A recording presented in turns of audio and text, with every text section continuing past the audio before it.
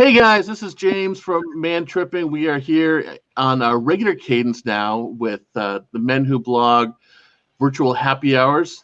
This time we have a guest, Stacy from Carmel Food Tour, who is a food tour expert. You can probably tell from the name, as well as our good friend and co-host Kevin from PubClub.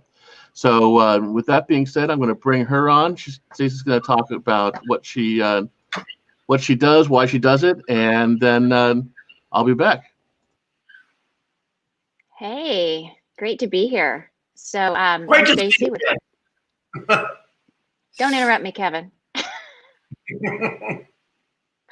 I'm Stacy with Carmel Food Tours, and I'm super excited to be here. And Kevin very generously invited me. Thank you. Do you want to ask questions, or you want me to just monologue it?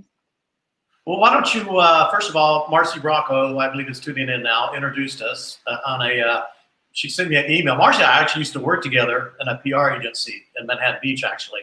And she sent me an email, inviting me up to Carmel to stay at the Great Office House and do your food tour. Well, who could turn that down? So that's how Stacy and I met. And it's such a great tour. I want to give her all the publicity possible. So Stacy, why don't you tell us about your tour, what you do, how you do it, and all the cool things about it. For sure.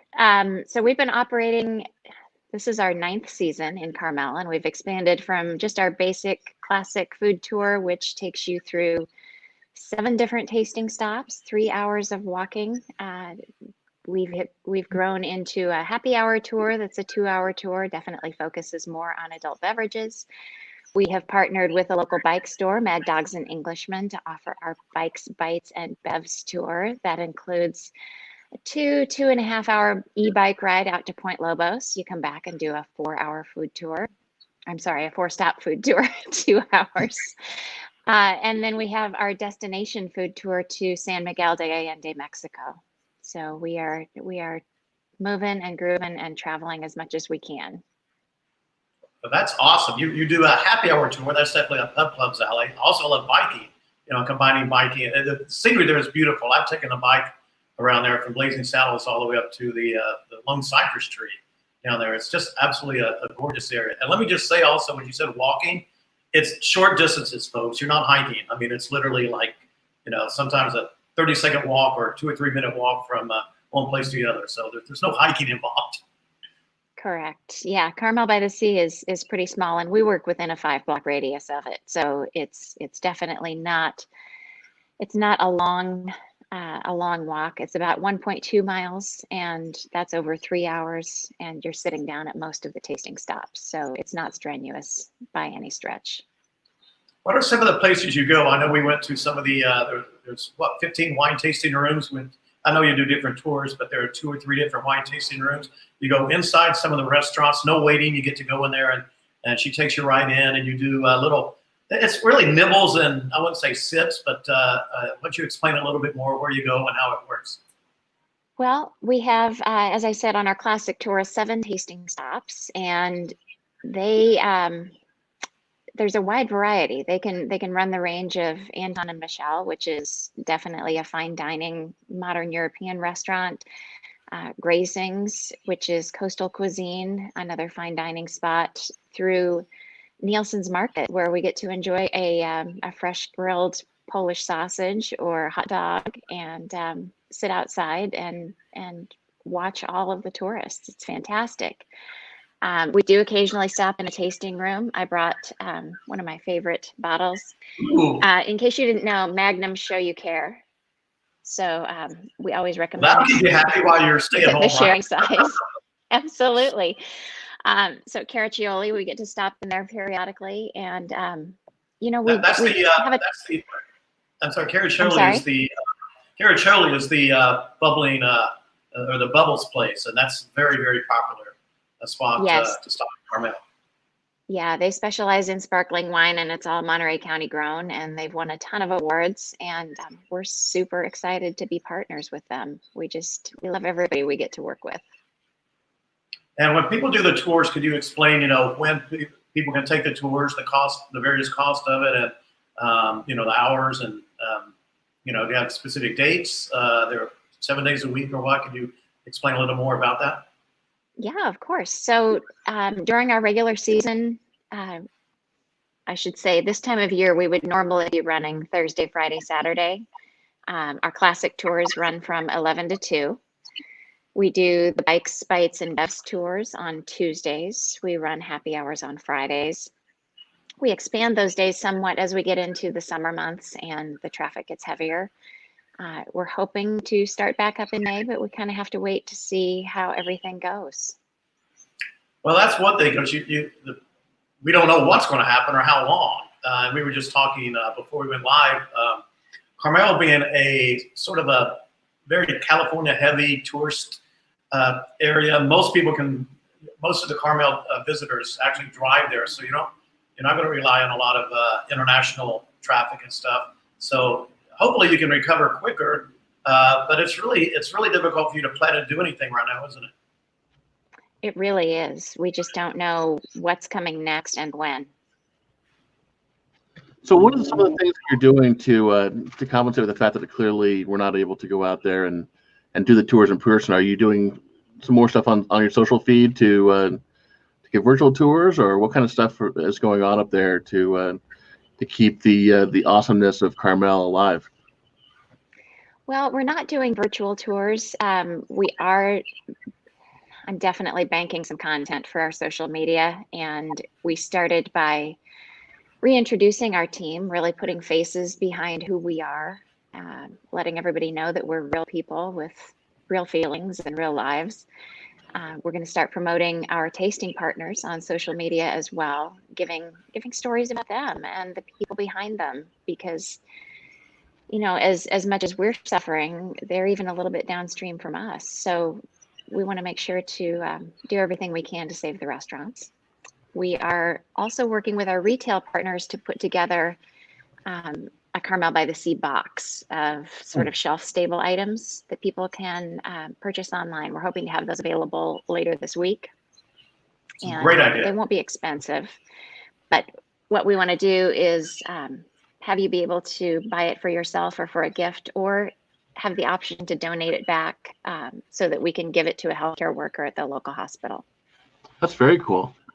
Wow, that's awesome. So do you have any insight into what kind of things are going to be in there at this point, or so is it like salts and rubs and that kind of stuff, or what's Well, we've got honey from the Carmel Honey Company, which, as you know, is a superfood. It never goes bad.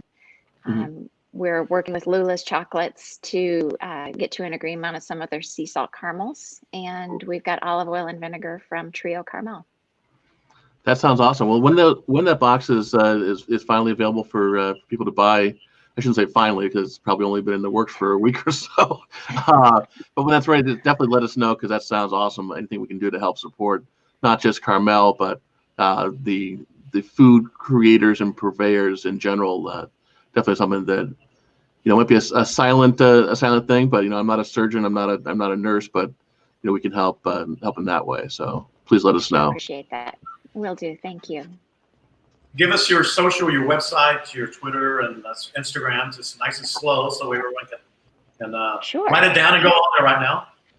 All right. So our website, carmelfoodtour.com. There's no S on the end. It's like we're just one. We are many, but we are one. So carmelfoodtour.com will get you to all of our tours and a lot of information about us and some great photos and reviews. Our handle on Instagram is Carmel Food Tour as well. So just without the .com. And if memory serves, it's the same on Facebook. And let's see here. On Facebook, it's just Carmel Food Tours with an S, and then on Instagram paying attention. and Twitter. Well, I'm looking at your website right now. I guess you can see my mouse moving, but you can't see the pop up. Well, yeah. So if I had my glasses on. Well, I have the benefit of the fact it's on a giant screen here on my end, but yeah. So it's Carmel Food Tour with no S on Twitter and Instagram, but Carmel Food Tours with an S on Facebook. And for those of you following along at home, also have all sorts of other social media, including Yelp and TripAdvisor, and you have a Pinterest too. We do. I'll have to go and I'm now following you on Pinterest and share some stuff. For those of you who are on Pinterest, I know Pinterest has a reputation for being mostly just women, but there's a huge guys community on Pinterest too. So if anybody out there is interested, make sure you follow MenWhoBlog on Pinterest. We've got a bunch of recipes that guys would love. So I am going to go after the show and check out your Pinterest board and check out, see what other kind of delicious recipes we have there, or you have there. Awesome. Well, I don't have a lot, but maybe we can start some cross posting. Well, advantage of who you know. That panini you have with the oh, now where did it go? I clicked on it. Well, on the front of your page you had a delicious looking panini, and I am still figuring out how to work the. Let's see here. If I do this, then I can bring your. Oh, there we go. There's your Pinterest. Look at that. Oh. Isn't technology James, fun? I keep trying to break it, but it doesn't quite break. So that was the panini I was talking about, which I don't know how to make that bigger. Let's see. Let's make it bigger. Oh yeah, that would have come from Saloon Maria Luca, which has been under reconstruction for a little while now. Certainly looking forward to them coming back open, because yes, that was a delicious panini. You are not wrong. I am really hungry. I had a protein shake from Premier Protein for breakfast, so that's not enough. One of my favorite meals. I have some pictures of some of the stuff from Bernardo's Ranch that I'll be sharing in just a second. But one of my favorite meals that I've ever had in Carmel, actually really anywhere, I was right downtown, and it was a squid steak, and the bread was perfect, and the squid. Honestly, I ordered it. It says calamari, blah blah blah, something in Italian or something, not fully in English, and I recognized calamari, so I figured, okay, I'll just order it. And it was actually a relatively thin, but where most people have calamari, the rings.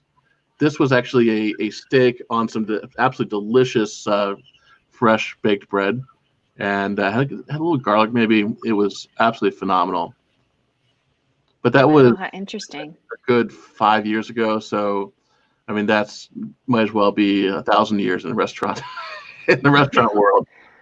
Well, there are a lot of constants along with change in Carmel. But with that being said, for those of you guys who haven't seen Carmel and have never known, Carmel's located just south of Monterey, and it's absolutely beautiful. The thing I love about it is it's a quick, what is it, about a 40-minute drive from San Francisco and Santa Clara, but it's closer to an hour and a half. Is it? Okay, well, I guess I drive fast. Yeah. Hour, man. I don't know how to drive with you. But it feels like it's hours and hours and hours away, because it's so quiet, so peaceful. So that's kind of what the beach area looks like. But then the other part I love about the area is the Carmel Valley region, where there's phenomenal wineries. This is a picture from Bernardo's. Is it Bernardo's Ranch or Bernardo's Lodge? I can't remember which one it is. Bernardo's Lodge. Bernardo's Lodge, where one of my other favorite food meals, I can't say I've done it, food experiences, where we're walking around the garden, and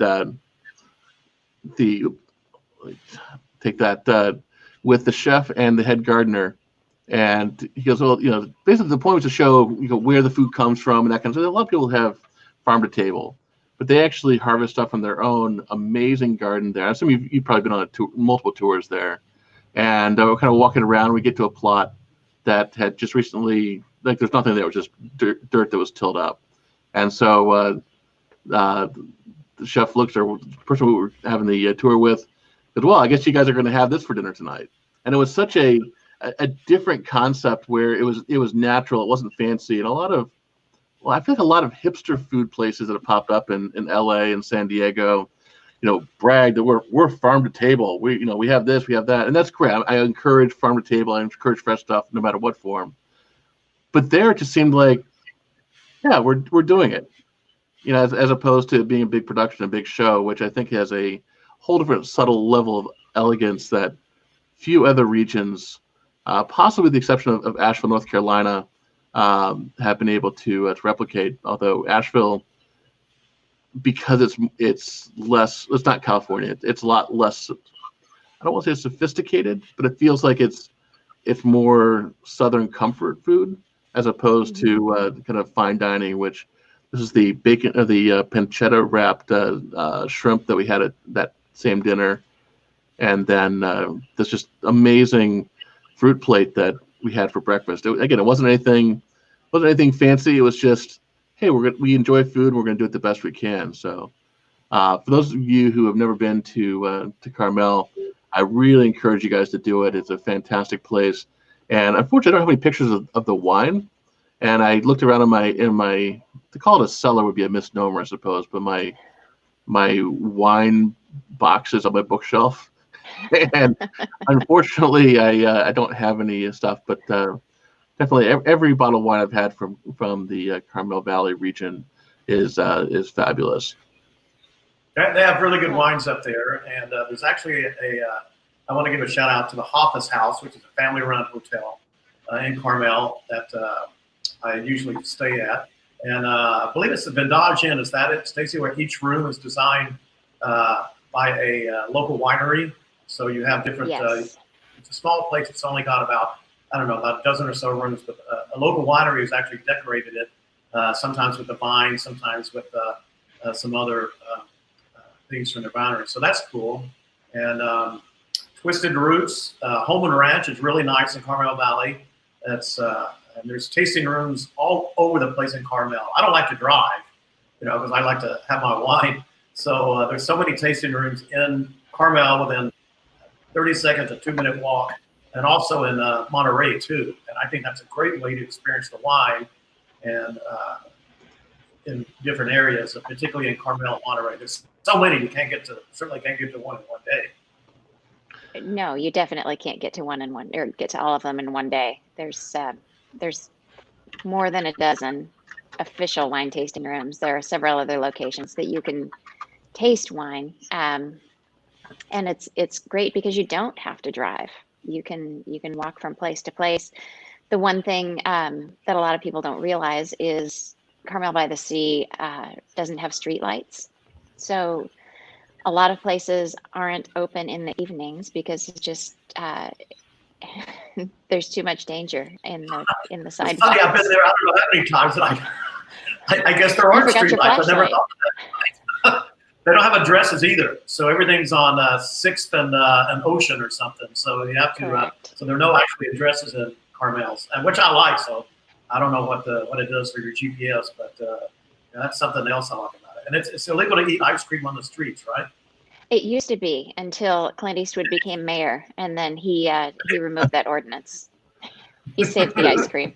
It seems like there's a few other kind of weird little rules like that. Like I think women are not allowed to wear high heels on the streets or on the sidewalk or something like that. Nothing over 1 inch high, 2 inches high with a 1 inch square base is allowed on Ocean Avenue unless you have a permit. A permit? So how would you get a permit for wearing stilettos? You go to City Hall and you fill out your application and you waive all your rights, and then you can legally wear heels. So it actually is they don't ticket. There actually is a real process then. It's not one of those funky rules that just happens to be in the books. No, I mean they don't ticket, but it is a real ordinance, and they do offer a real life permit. Wow. Yeah. I had no idea. Carmel is definitely quirky, but it's really cool. It's like a little tiny European village. It's so cool to go through there. And Stacy's tour, just like I said, it takes you through areas. Take it first when you're in Carmel. Do it the first thing when you're there, because then you know where to go. Otherwise, you'll never ever turn down like an alley next to a street that you never know existed. So, if I get a PubClub.com Carmel tour recommendation, is to take Stacy's tour the first day, the first moment you're there, so you can get to know Carmel really well. Thanks, Kevin. I've never taken Stacy's tour, but I would definitely agree with it. I'd suggest also that while there's some phenomenal resorts, clearly you have you have the golf courses, and there's a couple of different lodges around the golf courses. And clearly, you know, I love Bernardes, and I love Carmel Valley Ranch. I think it is up in the hills a little bit. But if you're going to Carmel for the first time, there's some fabulous little bed and breakfasts. And that's how we went when we first went. I think we went to the Carmel Valley Inn, and being able to talk to the innkeeper, being able to talk to some of the locals in a more relaxed manner really helps get the sense of where to really go, not just what the guidebooks say. And I love the CVB up there, and they do a great job. But it's nice to be able to kind of talk to a real person and say, like, hey, where do you like to go, or what's some hidden gems where I'm not going to be surrounded by tourists and prices that are 20-30% higher than they should be. So shout out to all the bed and breakfast owners, not just in Carmel, but really nationwide, but especially there, because you know, to your point, Kevin, and your point, Stacy, Carmel really is a community as opposed to just a tourist destination. Yes, and it's got an interesting sort of situation in that there have been a lot of international travelers, and it can be very cosmopolitan, and you can walk down the street and hear 5 or 6 different languages, but we are just over the hill from, you know, the salad bowl of the United States. So we have a huge mix of people who come to Carmel. It's surprisingly diverse. So if you had it's crazy in February with the AT&T Pebble Beach Open, which you can actually go down to Carmel Beach. You can actually walk on the beach and watch the golfers up on the cliff, which is really cool. You know, I actually had tickets to the U.S. Open this year, and somehow I wasn't able to make it up because they gave me one ticket but no lodging. And I'm like, what am I going to do with that? It's not helpful. But I did get a cool. I'm trying to pull it up here.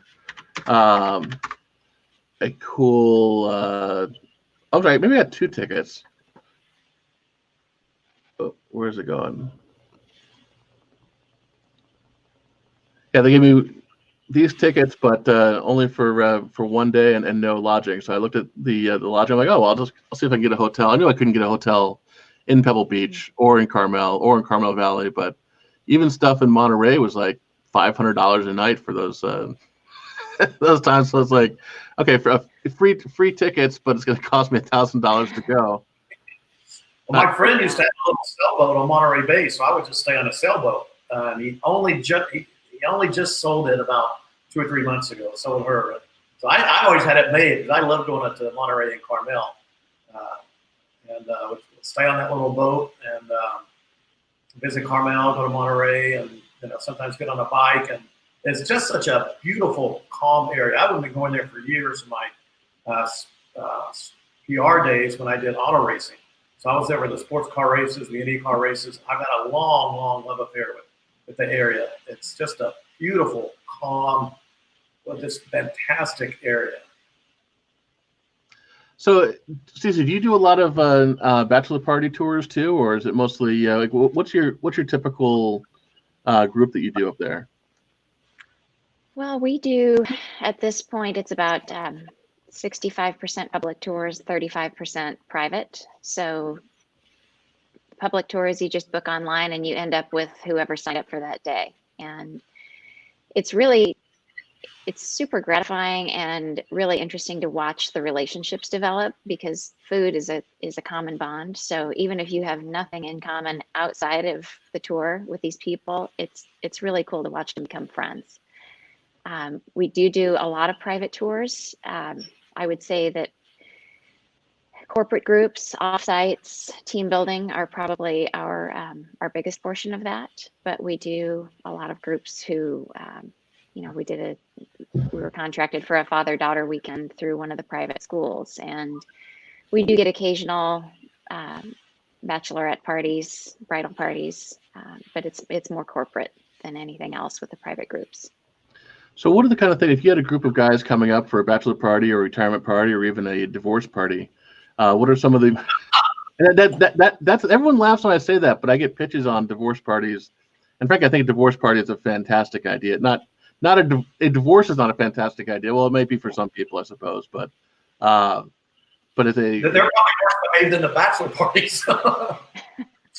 Well, and not everything has to be sexual. I think a lot of people look at bachelor parties as this kind of this raucous, girls and cocaine kind of thing you see in the movie. But there's a lot of guys who have bachelor parties where they just want to have a good time and celebrate bonding with other guys. And I think the same is true for the divorce parties as well. But what are some of the more masculine restaurants and artisanal food creators up there that you would recommend for a bunch of guys coming up there? Wow. There's such a wide range. The first one that comes to mind is 7D, 7th and Dolores Steakhouse. They do some, they have all the manly meats. They also have a pretty special bar program. I've watched them. They've got a smoking dome, and they smoke some of their drinks. It's quite a show. Cool. I love Anton and Michelle. They're very traditional, but they do tableside service. So, they'll carve a rack of lamb or make your Caesar salad. And I will say that consistently people from Texas, that's always their favorites. Grazing's terrific. Everything from meat to fish, and a really terrific bar program. Something a little more casual, Rio Grill.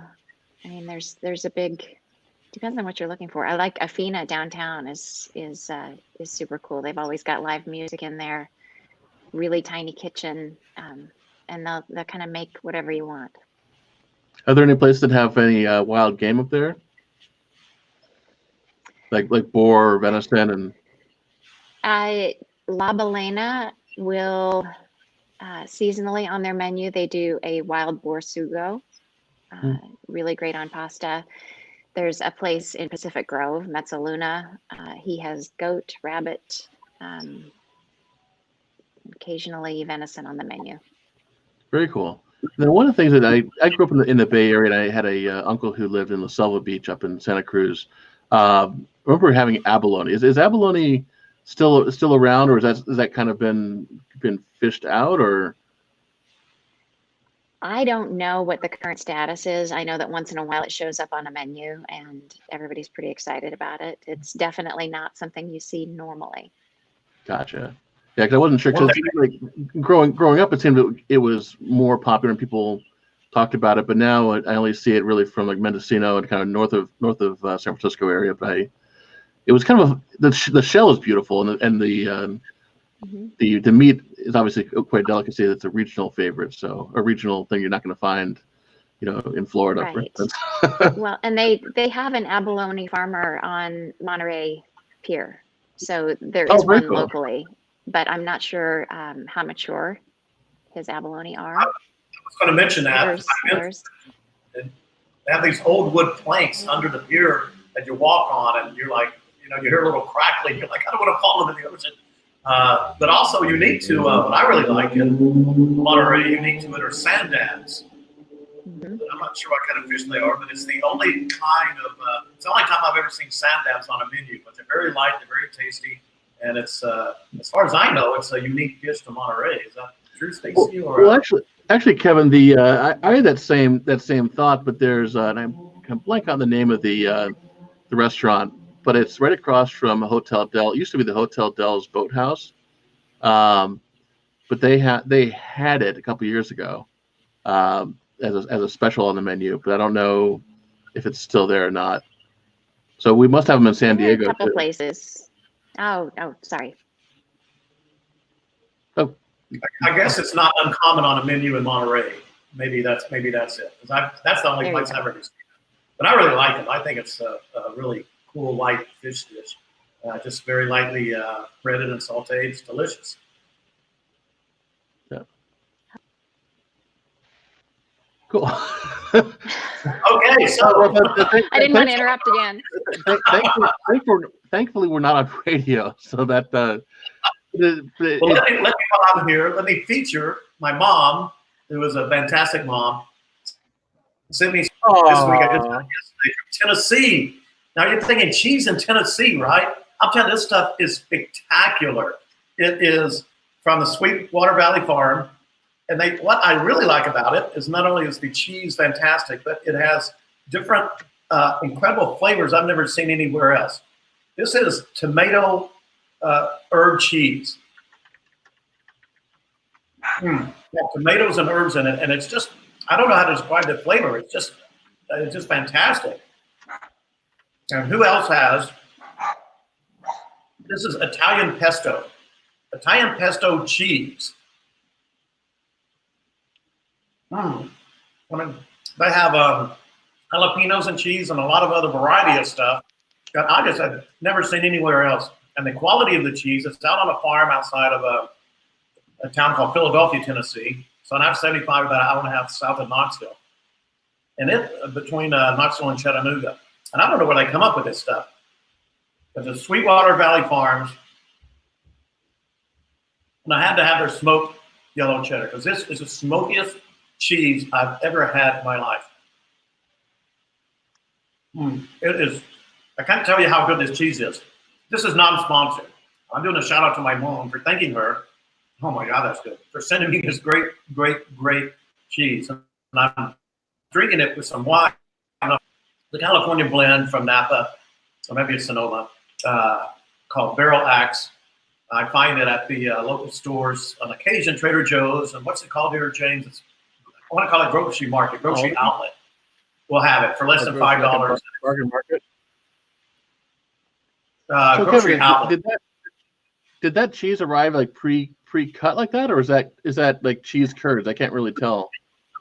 They actually serve it. They actually have it in the blocks, but it's a little better deal because it's like a buck more, and they have it in these big blocks like this. So you get more in this. It's all like $6 or $7. So is that the blocks that are left over from the bigger blocks then?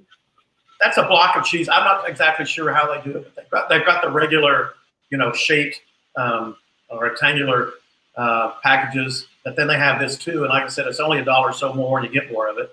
So my mom kindly sent me the large. There's like a regular and a large, so this is like the large size. So they, I don't know why they do it that way, but you get a little bit more, and I'll take all I can get.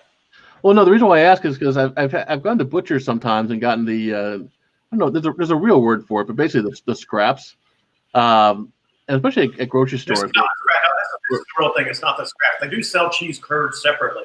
Oh, no, but this is not the curds, but like for instance, for deli meats and cheeses, the stuff that's at the end of the block, where they can't really slice any more of it, they just kind of wrap everything up together, and you can. If you're a scavenger who likes potluck stuff, it's fun because something might be $10 a pound, but now you can get it for $5 a pound, and you might have some turkey, you might have some ham, you might have some prosciutto, but everything's going to be good. So I didn't know if that was like that kind of wrap up. It's the exact same cheese they have in the regular packages. It's just I don't know why or how they do it this way, but maybe it's I don't know, but it's the exact same cheese you get in the other packages. And, as long as it tastes good, that's all that matters. The real question is, did Kevin's mom bring enough for everybody in the class? Well, you're going to have to come here to PubClub World Headquarters, now located in San Diego, no longer in Hermosa or Manhattan Beach. So you have to come down here to San Diego when we get over this stay-at-home stuff. And James, I don't know how long it's going to last, and I can't promise I'm going to have the cheese when it does then. But you and Heather are more than welcome to come over here and have some. If it's any still left by the time we end this. So are you saying you're inviting me over there to cut the cheese? Oh, that's bad. That's bad. It is the MenWhoBlog, so I had to kind of throw that out there. That's true. I heard this joke on the Channel 9 weather this morning. What do you call a Cajun who lies? I have a jambalaya. A jambalaya. A jambalaya. Nice. And right now, Stacey's probably saying, "What the hell did I get into?" They were so nice while I was talking. And then they got into the man jokes. Well, he's got ManTripping, so he does all the. It is. And he gets cars. You know what you got to do is get one of those hot cars and drive up the coast and take the food tour sometime, James. Well, you know, the original There you plan go. for the Lexus LC500 that we drove was to go up to Santa Barbara. So, truthfully, I think 7 hours in that car would have been a little bit uncomfortable. But yeah, we should definitely do a road trip. That the drive up there is fantastic. Although I would definitely recommend, especially for those of you who have not been on the on Big Sur, definitely time it so you don't hit Big Sur at dusk. Because the first time we did that road, I almost lost my my wife because she was not having. I'm like, oh, it's only what is it, 25 miles or whatever it was, which is true. So 25 miles at 60 miles an hour would only be like a half an hour, right? So problem is there's no you're going 60 miles an hour on there. So by the time we made it through to gosh, I can't remember what that town is. It's a beautiful town surrounded by all those big trees. Right after the windy part as you're going north. By the time we got there, it was completely dark. But going around those curves where there's like 1,000-foot drop into the ocean if you go too far over, and there's people crossing, passing you with horse trailers and stuff like that. It's not the roads you want to go at night the first time. But since then, take it south. It's 10 minutes south of Carmel is where it starts. So get filled up at the food tours and leave the next morning and drive down, and then take your time and then just pull over at somewhere around Hearst Castle. I actually did a press trip to a town called Cayugas. You ever heard of that? Either one of you? I have not. It's just south. It's about 15, 20 minutes tops south of Hearst Castle. They have a couple wineries in the area. It's a little town that time forgot. And it's really cool. They actually have a saloon. They've got a restaurant bar that's just, it's got all the, almost like a Florida putt-putt golf course when you walk in. And it's just a little town that time forgot. It's just south of Cambria. But there's so many places over there. And if you want to continue wine tasting, just pop over to 46 and go over to Paso Robles. So if you're going to be doing that, right, Stacey, I'd suggest taking your time and not rushing through it and stopping along the way, along the beautiful California coastline. So much to see. Like that? There you go. The Bixby Bridge. I thought that was the Bixby Bridge, but I recently learned it's not. It's not what? I always thought that was the Bixby Bridge, but reading the sign the last time, it is the Bixby. That was the Bixby Bridge. It is? I don't know. There's another bridge that's similar to it. Yeah, but seriously, that road is a great place to explore. So yeah, that was from the RAV4 press trip, 2019. No, it wasn't 2019. Yeah, it might have been early. Anyhow, sometime about a year or so ago, where they wanted us to do some driving around, some relatively tame stuff, but having been there for a while, I said, hey, can I go off script? And we got some amazing adventures with one of the other male blogger friends. Because there's actually some, I can't remember where we stopped, but there's a little stopover there where apparently during the right time of the year, you can, that's Phil from Ganaxon, by the way. But there's a lookout point where supposedly they have really good viewing points for the blue whales. And there was no blue whales that time, but we did have some delicious burritos. Trade-offs. Yeah. So, Stacey, you go down there a lot to Big Sur? I don't. We get so myopic around here. There's just everything we need, and I live in the forest, so I don't feel like I need to see more trees. I'm sort of spoiled. And you live in the bubble, We huh? don't. I live in such a bubble. Such a bubble. We're so lucky. I have a friend that this guy delivers mail in Carmel, and I guess it was one time an attorney was making all this money, and he said, it's just too much. I just can't handle this. So then he became a mailman in Carmel, and he's loving life, making like, a third of what he used to make. But he's a friend of mine who lives in, they're from Monterey, live in Salinas. So Yeah, that's neat. You got to do what you love, right? Absolutely. But be happy, right? We got one shot at Yes. this, so do what you're being happy in. And he's just, I know that because we were, the girl and I we're doing the wine walk, and she sees the guy goes by and he waves at her. She told me a story. By the way, the wine walk is something else in Carmel where you actually go and Hoffa's house, where you can hit 7.5 wineries, the wine tasting rooms, and those are fun. Wine tasting room hop. And this girl and I call her the blonde. We were there on a Saturday, and we ran into a bachelorette party at Curacello. Am I pronouncing that correctly? The sparkling wine place. And then a tour, like a party trolley that came in. So the town was just jumping during the daytime, and it was so much fun. So the wine tasting tours, the food tours, are two fun things to do in Carmel. Absolutely, yeah. We have all the food and all the wine you could want. And Dawn's Dream, they actually have a tub. You can actually get into a tub and take your selfies. They do, and her husband's wine tasting room, Galante, he's got a big chair that looks like a cowboy boot. That's fun. Looks like a cowboy boot, right? Yeah, that's actually one of my favorites. And that's the one you got to know where to go, because it's not on. It's down one of those little tiny squares they have, and down a little bit. You gotta know where you're going. I believe the last time I was on your food tour, you went to a place next to it, and you're standing there like, how in the world would you find these places? I mean, it's got I don't know how many places just tucked away in Carmel that you could never find on your own. Yep. You definitely, you got to know what you know and what you're looking for. How long did it take you to learn your way around and learn every little restaurant and nookie and everything that's in Carmel? It must have taken a little. Did you get lost a few times? Well, it's hard to get lost. It's not that big, but it did take me. It took me a few months to really discover where all the passageways were and what they went to and when it made sense to use them. But I try and avoid the main streets as much as I can. There are people out there.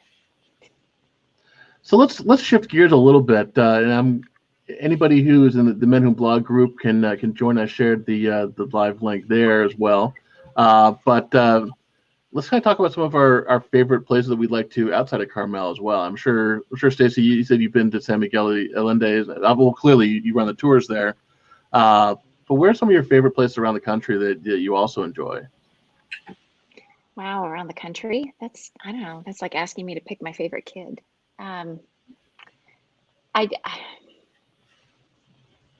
Gosh, I'm from Colorado, so there's nothing better than a hole-in-the-wall Mexican restaurant in Denver where you can get pork green chili smothered on everything. That's the absolute favorite. I love brisket tacos in Texas. I love macaroni and cheese in Madison, Wisconsin. That sounds good. There's something regional and fabulous everywhere you go. Yes, you do. It's funny that you started out with Mexican food, because Kevin and I have had a debate going back and forth, or at least for 6 months, maybe a year. When he first moved down to San Diego, Hermosa Beach versus San Diego, for those of you who aren't in Southern California, isn't more than an hour drive. But the difference in what his expectation was for Mexican food versus what's standard in San Diego is radically different. And of course, once you get up into Northern California and into the Bay Area, rice and beans and cheese is standard.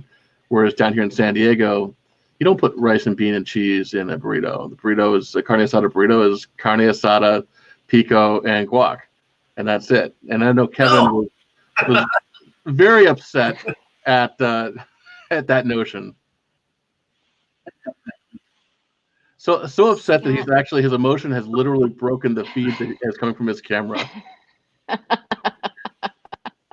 Well, the first thing I did when I went back was I do a live show on Facebook called PubClub Live, usually every other week from a bar in Hermosa Beach. First thing I did when I went back there was to go to El Tarasco and get me a big wet burrito stuffed with lettuce and rice and covered with sauce and cheese on the top and melted. And I was like, man, I gotta get my good old Mexican food the way I know it. So what is the Mexican style up in Carmel? Is is it kind of the mission style burritos, or is it more the Southern California style, or? You know, in Carmel, we don't have a lot. We do have one of my favorite restaurants here is Cultura, and they are Oaxacan inspired. So it's none of those things. They make some of the best street tacos I've ever had. There's another place, Pescadero. It's more Mexican beach food, I would say. If I had to describe it, it's not. So it's more like Rosarito and yeah, Sayulita, you know, kind of just beers and tacos and super fresh. They're both delicious. But everybody has a really passionate stance on Mexican food and what the right kind is. I think the right kind is what's in your hand. You know, well, it can be. But I mean, after I moved to California, I never had green chili unless I made it. People don't know what it is out here. It's the weirdest thing.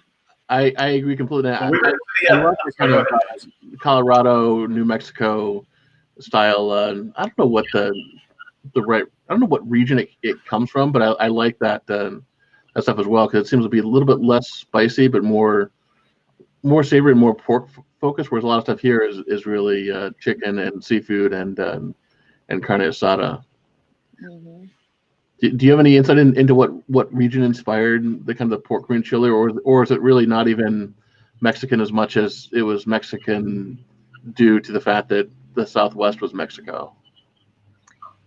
You know, that's a really great question, and I don't have an answer, but I think that your second theory sounds more plausible. Yeah. I think the Southwest used to be Mexico, and therefore that's where it came from. And now I'm really in the mood for like pork green chili and maybe a fry bread, topped with all sorts of stuff. Which I'm sure fry bread is more of a Native American Indian kind of thing rather than Mexican, I think. But certainly everything kind of blends together. That's one of the things I love about exploring, honestly, is seeing different stuff out there and trying different interpretations on different things. I was up in Montana, and it was a fantastic burrito, but they put olives on it. What?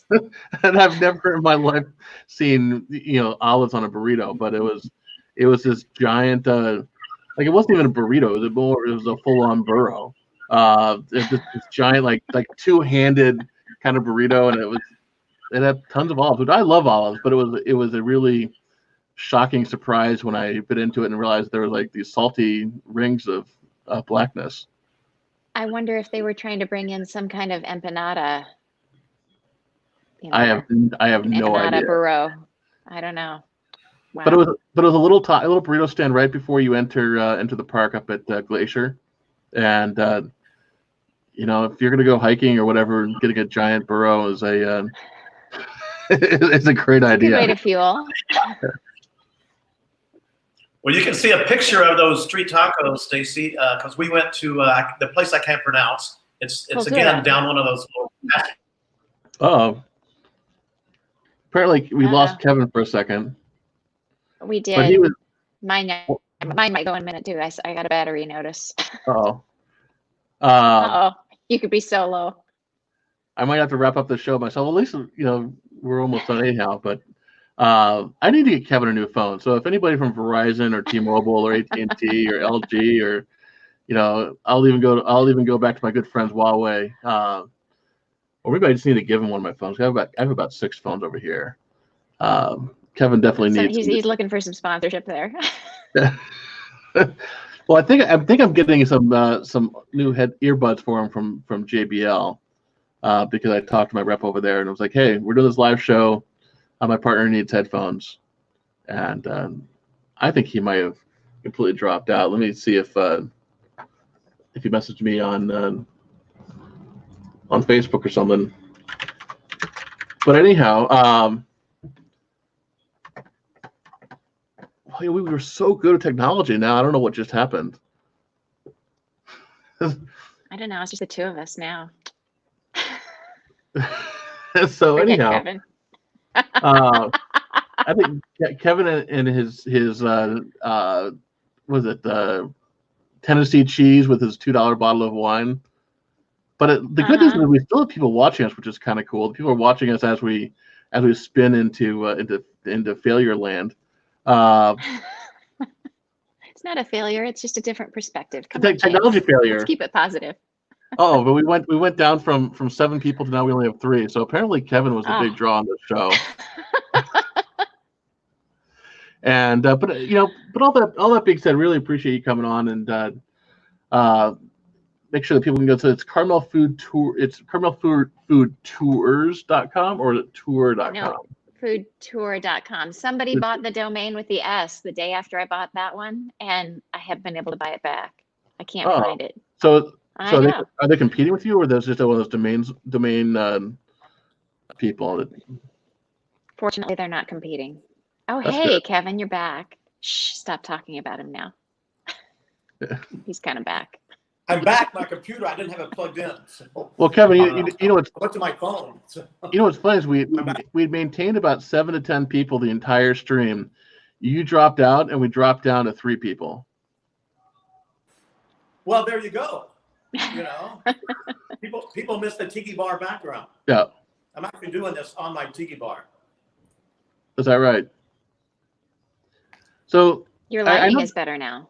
Yeah, the lighting is much better. So are you on your computer now? Is that the computer? I apparently didn't have it plugged in because I intended to do it on the phone, but I didn't have it plugged in, so I guess it ran out of juice and it died. So is this the same device, or is this? This is my phone. Okay, but before the video was your computer. Computer. Can you tell any difference in the quality of the picture? Your phone is much better. Well, that's the reason on PubClub Live we decided to use the phone instead of the computer, because the computer quality is not that good. And we do that, in a bar, and I like to pick up. I have it on a Osmo, so I like to pick that up and walk around too in the bar and talk to the bartenders and the guests and stuff. Stacey, we got to do a PubClub Live somehow from your Carmel Food Tour. Not sure how we'll do it because we keep it running live for about an hour. But it'd be kind of cool to next time I'm up there. So we'll experiment with a PubClub Live show on your food tour. That'd be really cool. Yeah, that'd be great. I also, now that I know you have an Osmo, I want to talk to you about that. Yeah, it's got its quirks, but generally I like it. We ate crickets at that Mexican place, didn't we? Sure did. Sure did. All the brave people did. Chapulines, yes, they're delicious. They're an alternative protein, Kevin. They're so good for you. Well, I demanded the second margarita to wash it down just in case. Seems fair. They're salty. They'll make you thirsty. Yeah, exactly. But it was a bowl of crickets, like a bowl of nuts. Yeah. They're still moving, or did it have been like pan fried up or something? Pan fried, limey, chili, salty, delicious. That sounds good. Yeah, they are. When all this is over, we need to go down to Mexico City sometime. I'd love that. Now, I know out of San Diego, we've actually got the Tijuana airport that makes it super easy and super cheap to go down there. Really? Go to Tijuana and fly to Mexico City from Tijuana? I never thought of that. That's a good idea. Well, there's the Cross-Border Express. You park on the American side, and you walk across a private what do you call it, border crossing, and you can be at your gate within like 25 minutes. Wow. And your car is, it's as safe as it would be if you were parking in downtown San Diego or something like that, which maybe not that safe, but it's as safe as any other place because it's all gated and secured. And I like to go down to Loreto and La Paz and that kind of stuff. You're looking at, an hour flight that's a good $150, $200 cheaper than if you flew out of San Diego. Never thought of that. Actually, here we just take the trolley down on the border, right, and walk over. Well, you can take the trolley to whatever the border crossing is, but that's not the airport. Yeah, but then you can just cab to the airport, right? I don't know where the airport is. I haven't been to Tijuana in years, and I certainly haven't been since I recently relocated to San Diego. And I need a tour guide. I don't think I want to go down on my own. Well, I heard that there's a lady in Carmel who does awesome food tours to San Miguel Allende. Is it Allende? It's not Allende. Is it Allende? Allende. Allende. Do they have an airport there? I mean, this really, I know the name, but do they have an airport there, or do you have to fly into to an adjacent city? You can fly into Leon, Okay. Querétaro, and it's about an hour and 15-minute drive, but we have private drivers too. So it's great. It's such a beautiful city. I've heard really good thing. I know. Do you know Alexa from 52 Perfect Days? She's spoken very, very highly of that, and I think I want to say my friend Gustavo does PR for them at Latitudes. Let me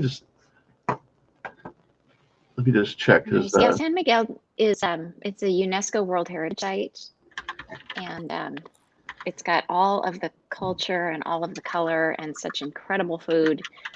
And for me, it was the Mexico I always wanted Mexico to be. You know, I never loved the resorts, and this just felt a lot more authentic. Well, I'll figure that out in the future, but I think he runs PR for. I'm not totally sure. But yeah, no, there's a lot of places, and we should probably do an entire episode talking about cool places that are undiscovered in Mexico, or at least undiscovered for most Americans. Because I find that the more I ask questions, the more I learn about Mexico, the more I realize just how many really fun places there are. I know we discovered Loreto about a year ago, and since then I've been absolutely enamored by that place. It's just a really fun place to visit that is so cheap and so safe. And most Americans, I think, are kind of afraid of what they see in the border towns like Juarez and Nogales and Tijuana. But reality is, like, Mexico is not that dangerous compared to great other places. It just has a bad rep. Well, Yeah, it's definitely, it's got its dangerous place. It's safe, and it's Gotcha. Well, I know a few minutes ago you said your battery was almost running out, so I don't want to have you drop out unexpectedly. So with that being said, was there anything else that you wanted to add, or should we just kind of wrap up today?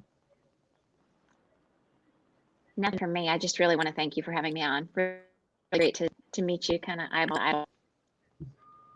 I want to Absolutely. give a shout out to Tomas Bayer, my 5-star chef friend from Switzerland, for tuning in. Oh yeah, actually, I just Well, he's Swiss, but he lives in Long Beach. So, but he tuned in on the PubClub.com Facebook page. Thanks, Tomas. I hope you're still here. And he's a good guy, 5-star chef, and is one of my local Switzerland buddies.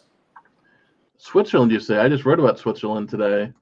On Switzerland. Hey, Maya took me on my first press trip to Switzerland. Their PR people are really, really nice. They invite me to a lot of their events, and have invited me to Switzerland 3 times. I would never have gone there on my own. I'm glad I did. It's a really cool spot. There you go. I just wrote about some Swiss driving experience. I never thought about, if you're doing a road trip, how amazing the Swiss Alps would be. I went to especially if you can get it in a Koenigsegg. But Swiss Alps, I can say that. I've been to Switzerland. We're supposed to go to Switzerland last fall as well, but didn't. So, why don't we talk about different driving destinations, different international places that would be great for guys to check out next episode. I know we're going to be coming back on Tuesdays and Thursdays at 1:30 p.m. Pacific time, and I know normally we're going to start doing a quarantine cocktail, right? Well, I was kind of going to do one today, but then my mom sent me this cheese, and the cocktail doesn't go with the cheese. You got to have something more calming and soothing and wild. Whoop it up. So I did the wine today. James, you got to when we're all through this, if it's still left, you got to come try this cheese, because I've never tasted smokier smoked cheese than what they have here, and it's just fantastic. But I can't guarantee that I'll still have it. But you're invited over if I do. Well, thank you. So anyhow, so we're going to come back. What are we going to talk about on Thursday? You want to do You want to do bourbon? That'll make it easy to do a cocktail. We can do some bourbon. We can talk about some stuff in Kentucky. And I'm sure you can come up with a quarantine cocktail that involves bourbon. I don't have any bourbon. You got any? How do you not have any bourbon? Hey, because all my rowdy friends that would come over to the tiki bar parties when I lived on the Strand, only one or two of them drank bourbon.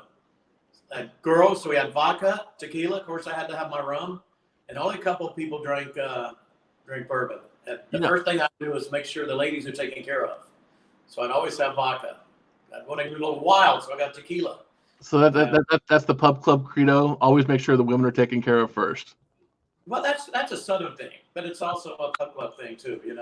Take care of the ladies first. Always open the door for a lady first. And actually, there was a girl in Australia that she was Miss City Australia. She came out for the Long Beach Grand Prix. I was actually working for the guy that organized the pageants. And finally, I told her she would always charge ahead of me. Finally, I grabbed her by the arm and yanked her back one time and said, a gentleman should always open the door for a lady. We're split ways that day. I was with the Grand Prix girls, and she was with Roscoe going around seeing different things. We met up that night. And she was sitting next to me. She's like, I thought about what you said all day. I couldn't keep my mind off of that. And then we became like, well, I would say several more for a couple of weeks, but we hung out a lot. And she actually visited me at the South Bay in Manhattan Beach and took her on bike rides and to the bars and all that just because I opened the door for a woman. So always open the door for a lady. Always treat a lady like she should be treated, right? Gotcha. Well, we will be back Thursday at 1:30. Apparently, we're not going to do bourbon, but you said you have some rum there. What do you have in your bar? You got I know you have rum. Well, here, let me just give you a tour. How about that? So I can pick up the gizmo. And let's see, I can flip it. All right, so over here, I've got this. Okay. So what is that? What? So that was a bottle of Stoli. What's the? Is that tequila? Or what is that? Is that Canadian? I don't know. That just kind of showed up one day. What you ever seen it before? I can't even. I'm having trouble reading what that bottle is. It's like a dark tequila. Like a Reposado or an Añejo? Beats me. Can you read it? No, not through the screen, but I see Encho in Mexico. Anyhow, don't worry about it. So I've got that, and let's see what I've got. I've got a box under the tiki bar here. I have to see what's in it. Is that Pop-Off? Jim, I showed you that the other day. Got some 1800. I'm afraid to drink this. I've had that for years. That's 151 Cruisin' Rum. Just a little bit will get you hammered. That's triple sec. And I have a little more stash of something elsewhere, so hang on. Oh, I've got this. You've seen these rums. Yeah. The other day. And then I've got in this cabinet, I've got that. You're going to scream, but I've got Cuervo because that's when you make a margarita. Hey, you don't need the best stuff in the world. Dude, I need to get you some Herradura or something, or some Amsterdam vodka. So that's the PubClub liquor supply. So, am I to understand that a guy from near Knoxville in Tennessee has no Tennessee whiskey and has no moonshine? Would you believe it? I am not a big whiskey moonshine fan. Okay. Can you believe it? No, I'm absolutely stunned. Well, I guess it kind of makes sense for kind of where you normally hang out. That you're more out in the bars where why have your own supply when you've got everyone else's supply for you? Well, if you got some bourbon, I'll take I'll come up with something. Let me see what I can do. It'll be different. So the concept of a sugar daddy. I'll be your alcohol daddy. There you go. Just leave it on your doorstep, and I'll come by and pick it up. I'm not going to give you my stuff, but I'll reach out to some brands and see what we can do, because definitely we need to have you get some more. But let's talk about it offline. And I don't want to drag people through this wondering what's going on. But we will be back on.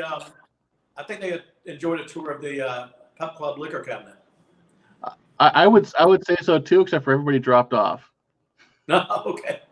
We'll get to it offline. So good show. Yeah, we will be back on Thursday, and let us know what you want to do. We'll maybe have some other guests. Maybe we won't. You'll find out. That's right. I've got some ideas if you like. So until next time, cheers.